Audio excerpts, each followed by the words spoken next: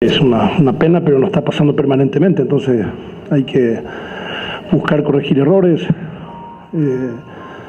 Hay jugadores que andan muy bajo nivel y lógicamente vamos a hablar fuerte en la semana, porque una cosa es jugar bien y una cosa es también tener responsabilidad a la hora de marcar. Tenemos que marcar.